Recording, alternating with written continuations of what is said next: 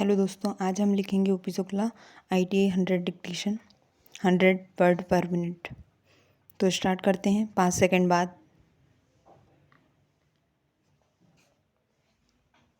Start. सभापति महोदय, राष्ट्रपति जी के अभिभाषण पर जो धन्यवाद का प्रस्ताव सदन के सामने प्रस्तुत है, उसका समर्थन करने के लिए मैं खड़ा हुआ हूँ।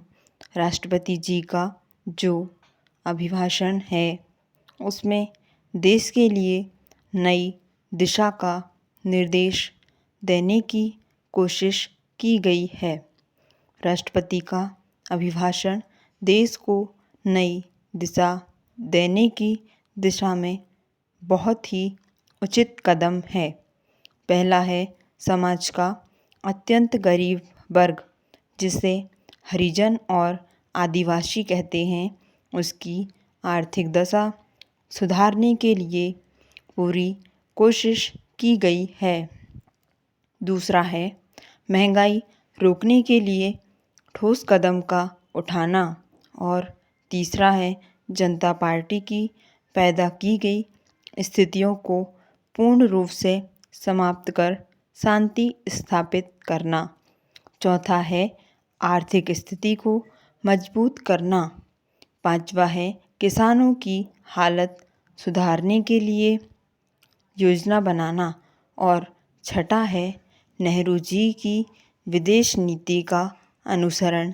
इन 6 भागों में राष्ट्रपति के अभिभाषण को बांट देंगे तो देखेंगे कि इससे अच्छा दिशा निर्देश और दिया ही नहीं जा सकता था। पैरा मैं पहली बात की ओर आपका ध्यान आकर्षित करना चाहता हूँ। आज समाज का गरीब वर्ग, जिसे हरिजन और आदिवासी कहते हैं, उसकी आर्थिक स्थिति काफ़ी गिरी हुई है।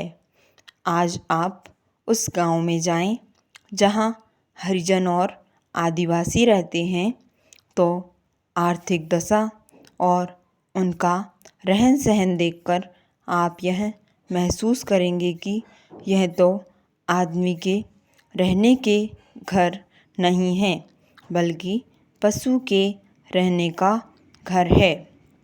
हमारे प्रधानमंत्री जी के कुशल नेतृत्व में 20 सूत्री कार्यक्रम को चला उसके अंदर हम यह दावा तो नहीं कर सकते कि हमारी सारी की सारी समस्याएं हल हो गई, लेकिन उससे हमारे हरिजन और आदिवासी लोगों के अंदर यह भावना पैदा हुई है कि आज की सरकार ही एक सरकार है जो उनकी दशा में सुधार ला सकती है और उनकी आर्थिक हालत में परिवर्तन ला सकती है।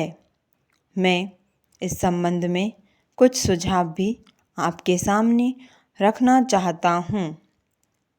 आप जानते हैं कि 20 सूत्री कार्यक्रम के अंतर्गत हरिजन और आदिवासी को कुछ ज़मीन दी गई थी, परंतु लोक दल तथा अन्य सरकार के ज़माने में उनकी वह ज़मीन जो उनसे छीन ली गई थी, उनको फिर से उस पर बसाने की कोशिश की जाए। मैं सरकार से यह कहना चाहता हूँ कि हरिजन को सिर्फ ज़मीन देना ही काफ़ी नहीं है, उनको ज़मीन अवश्य दी जाए और इस काम को वह अपना मुख्य काम समझकर करे, लेकिन इसके साथ साथ उनकी शिक्षा की जिम्मेदारी भारत सरकार अपने हाथ में ले और प्रत्येक इलाके में तहसील के स्तर पर एक स्कूल हरिजन बच्चों के पढ़ने के लिए बनाया जाए। जब तक हरिजन में शिक्षा नहीं आएगी, तब तक उसके आर्थिक ढांचे में सुधार नहीं आ सकता। इन अल्फाज के साथ मैं अपना भाषण समाप्त करता हूँ। धन्यवाद। स्टॉप।